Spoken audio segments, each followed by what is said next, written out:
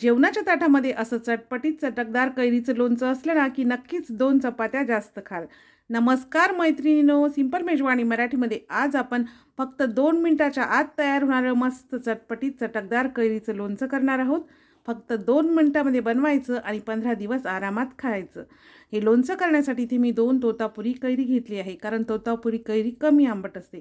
तुम्हाला जर गावरान कैरी घ्यायची असेल तर ती सुद्धा घेऊ शकता, परंतु ती खूप जास्त आंबट असते. आता एका भांड्यामध्ये भरपूर पाणी घालायचं आणि दोन्ही कैऱ्या स्वच्छ अशा धुवून घ्यायच्या. कैऱ्या छान चोळून चोळून स्वच्छ अशा धुवून घ्यायच्या आहेत.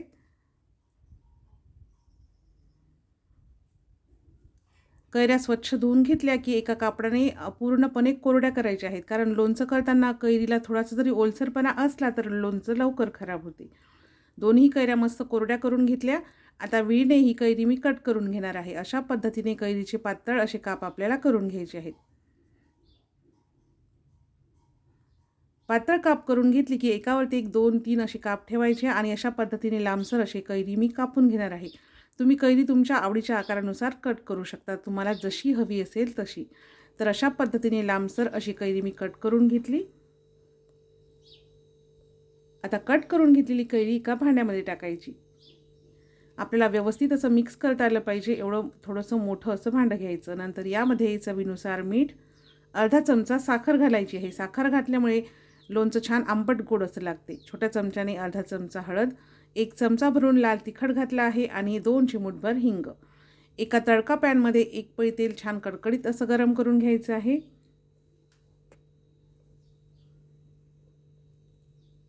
तेल छान कडकडीत असं गरम झालं की आता गॅसची फ्लेम बंद करूया.